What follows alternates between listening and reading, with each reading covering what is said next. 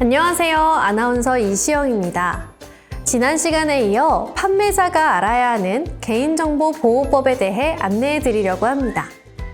개인정보를 보호하는 것은 고객과의 신뢰이고 동시에 판매자의 의무이자 책임이라는 것을 말씀드렸는데요.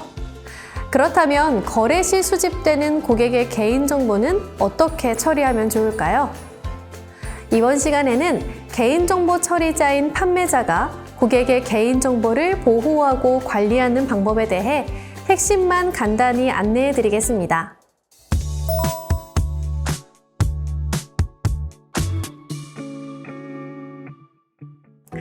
개인정보보호법 및 시행령, 고시에 따르면 전년도 말 기준 직전 3개월간 개인정보가 저장, 관리되고 있는 이용자 수가 일일 평균 100만 명 이상이거나 정보통신 서비스 부문 전년도 매출액이 100억 원 이상인 정보통신 서비스 제공자는 개인정보 처리 시스템에 접속해 다운로드하거나 파기할 수 있는 개인정보 취급자의 컴퓨터, 그리고 개인정보 처리 시스템에 접근 권한을 설정할 수 있는 개인정보 취급자의 컴퓨터 등의 물리적 혹은 논리적으로 망을 분리해야 합니다.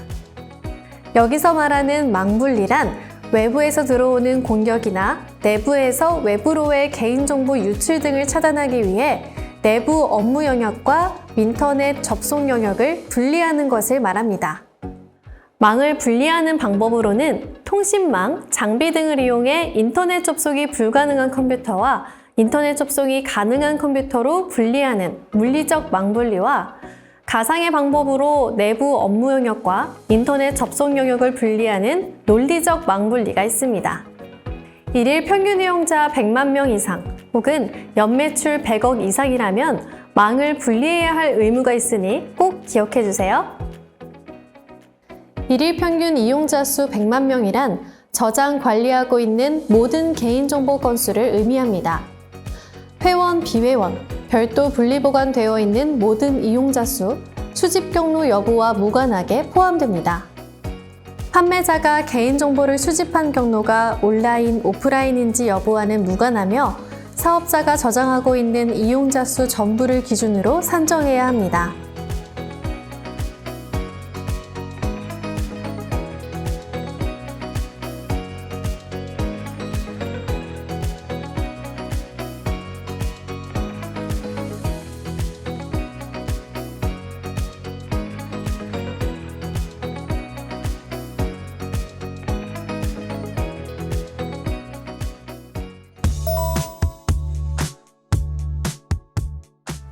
(1) 화에서 개인정보 처리자와 개인정보 취급자에 대해 알려드렸죠? 그렇다면 개인정보 취급자를 위해 안전한 비밀번호를 만드는 방법에 대해 알려드릴게요. 개인정보 처리자는 개인정보 취급자에게 안전한 비밀번호에 대한 규칙을 정하고 이에 대해 알려줘야 합니다.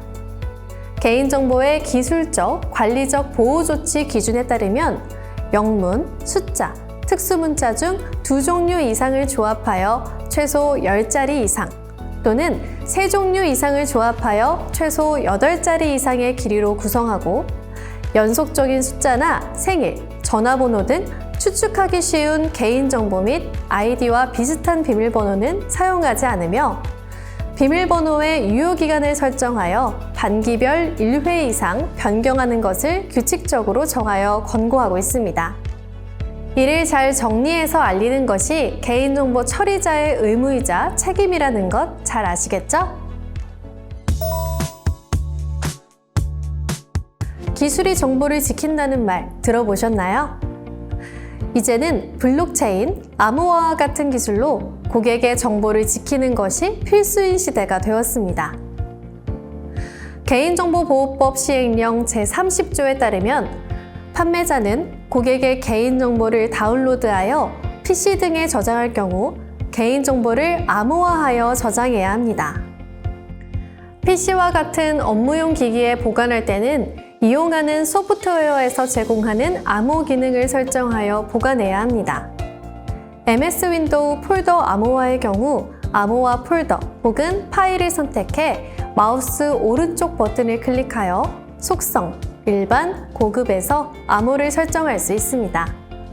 보다 자세한 오피스 및 운영 체제에서의 암호 기능 이용 방법은 한국인터넷진흥원 홈페이지에 있는 상용 소프트웨어에서의 암호 기능 이용 안내서를 참고해 주세요.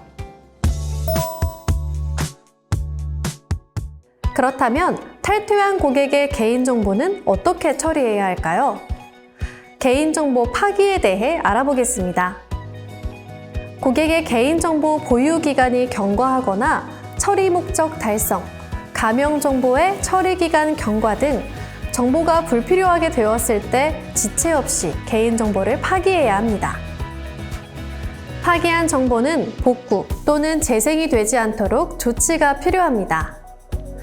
전자 파일의 경우 복구가 불가능하도록 포맷이나 삭제 전용 소프트웨어를 사용하여 폐기하고, 기록물, 인쇄물, 서면에 적힌 개인정보의 경우 파쇄하거나 소각해주세요.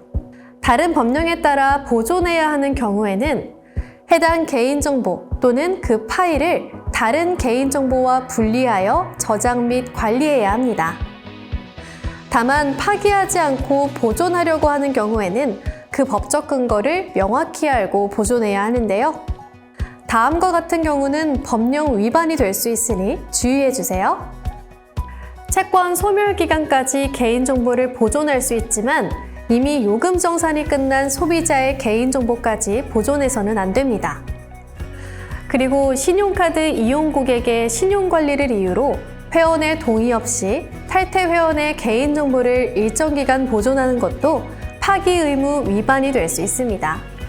입증 책임은 개인정보 처리자가 부담해야 하기 때문에 개인정보를 파기하지 않고 다른 법령에 따른 보관 시에도 주의를 해야 합니다.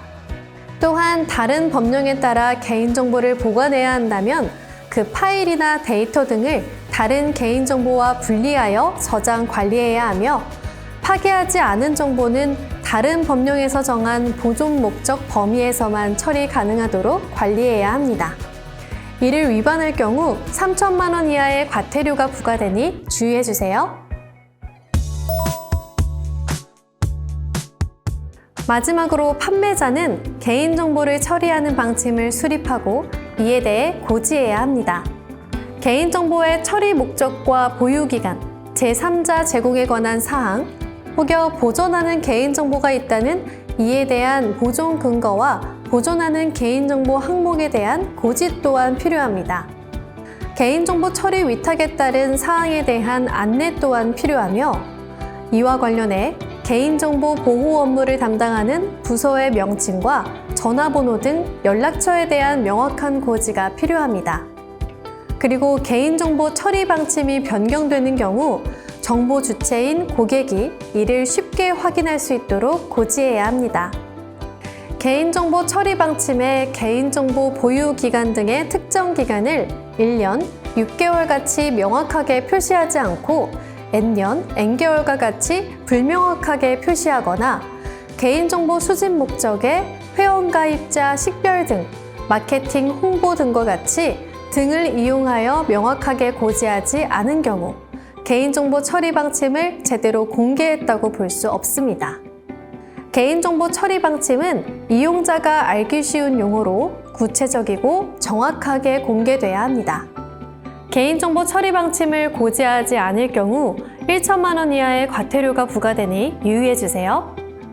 나아가 서비스를 제공받는 정보 주체와 개인정보 처리자의 계약이 달라질 경우에는 정보 주체에게 유리하게 적용되며 개인정보보호위원회의 개인정보 처리 방침 작성 지침을 준수해야 합니다.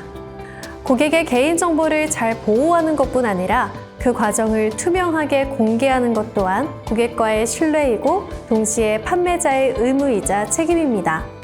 이를 위해 당사는 민관협력 자율규제 규약을 통해 판매자들에게 개인정보 보호에 대한 교육과 안내를 진행하고 있습니다. 개인정보 혹은 개인정보 처리에 대한 자세한 사항은 개인정보 보호 포털에서 확인 가능합니다. 지금까지 개인정보보호법 교육 및 안내 영상을 시청해 주셔서 감사합니다.